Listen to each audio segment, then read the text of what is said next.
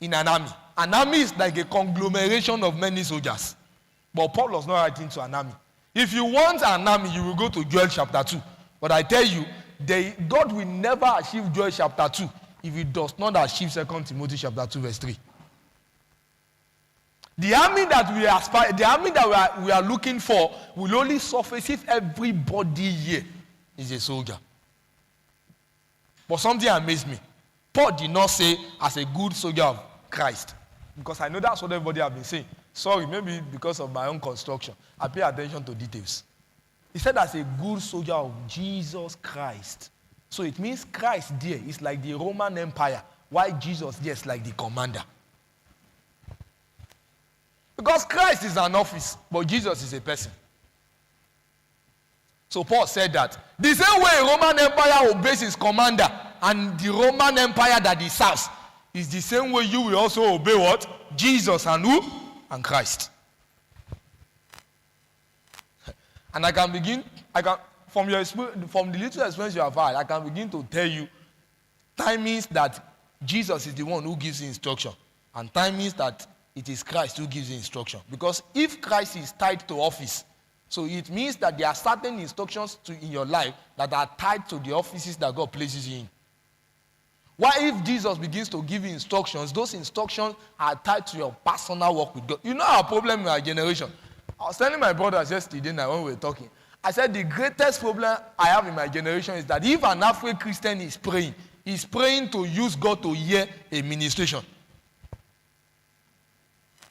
And that is why the thing that looks so small like marriage, we miss it. You know why?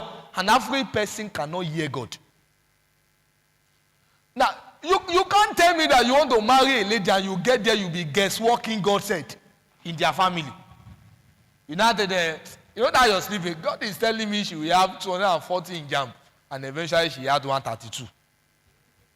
Number one, your in-law capacity has reduced. Yes, you know, if it is bedroom that you are supposed to end your journey, you will end up in kitchen first. So it means that you cannot be testosterone things. You know what? The reason is because an African Christian don't use God to receive dealings for his personal life. When last did you go to the place of prayer and the Lord scolded you for the brother you spoke to anyhow? Hallelujah. So Paul said that we should be a good soldier. So I said all that to make you firstly understand that Paul had the perspective of his own kind of soldier. And that kind of soldier is the Roman Empire soldier. If you use any other soldier to explain this place, you will not get what they say. Yes. Go and check history. It is said that nobody can bring down a Roman Empire soldier. One soldier in Rome, when he enters another territory, even Babylon scares him, fears him. Eventually, when we entered into Matthew, who was ruling in Matthew? Roman Empire people, right? They were the one who, they took aside Babylon, that we thought that they were the strongest. Even Persia and Media. You know those guys, you thought that they have Chaldeans, like when Roman Empire came, they brought them down. Hallelujah. So, and by the time they came, they colonized everything, began to torture them. Up in it was in Roman Empire that we began to have Catholics. Catholics were the one who persecuted. I'm not saying that if you are Catholic that you are bad. I'm trying to make you understand that it generated from that place. Some of the disciples that were killed by these people. But we became a generation that we don't understand that when Paul was saying something, he has something in mind. There's something he has in mind, that he has in mind. Hallelujah.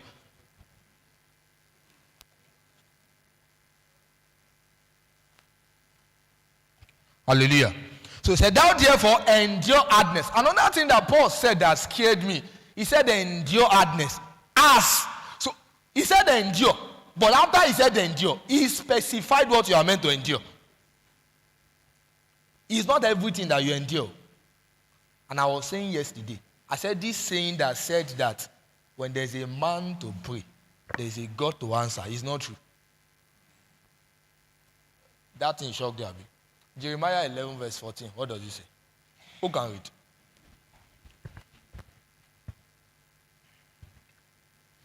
I know that thing that I said. You know you like quotes. That's your problem. Quotes. We are okay, he said, therefore pray not thou for this. So it means we have Jeremiah that is praying, right? And he's interceding. He's intercession now, okay? Neither lift up a cry. So God even specified that I know that in your generation, you have the definition of cry. You have the definition of prayer. Both cry and prayer. Don't lift anyone. And I said, for them, for I will not hear thee. So there is a man to pray, but there is a God that said I will not answer. He said, I will not hear them in the time that they cry unto me for their trouble. When I read this place, I was shocked. I said, God, Holy Ghost, but they told us that